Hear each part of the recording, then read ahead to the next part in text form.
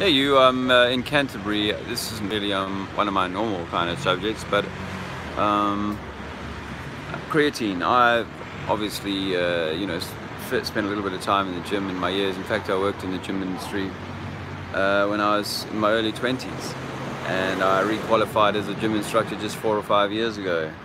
Bloody waste of money that was, but I did come across creatine when I was exercising somewhere at the age of 35, and it was kind of new on the market, and maybe I was 40, no, 35, and wow, it made me a lot stronger quite quickly, and I found myself gaining mass. I probably only did it for a couple of months,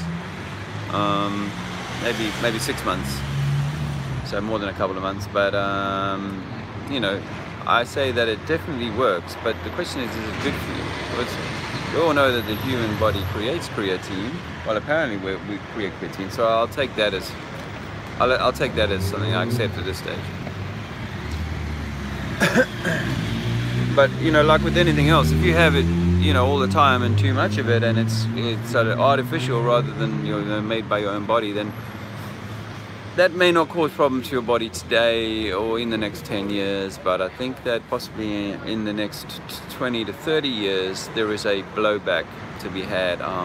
It may be something to do with the way that the muscle fiber has been agitated to generate that amount of growth. It may be that the creatine production in your normal function is somehow affected, but there is also this other thing that I am kind of mindful of now, and that is body dysmorphia.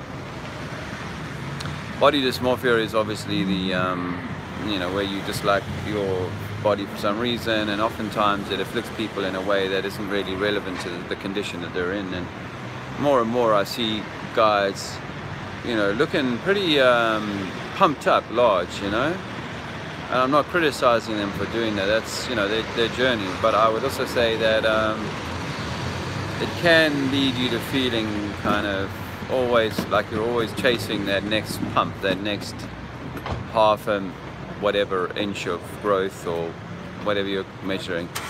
And then by the time you get to 40 or my age, 50, you're tired of doing all of that, and you can't keep it up. And so then you see these guys who, you know, become large and unwieldy because of their, you know, previous high exercise rate and high consumption rate, and perhaps a drop-off in natural creatine production. Anyway, I don't want to belabor on. I just wanted to throw that into the mix for conversation and discussion. Just keeping it mixed up, keeping it real. I'm here in Canterbury, and better get going.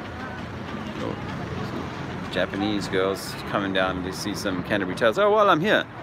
This is unbelievable mud flood. It's great mud flood evidence right here. Let me just quickly, I wasn't even gonna, but look at this.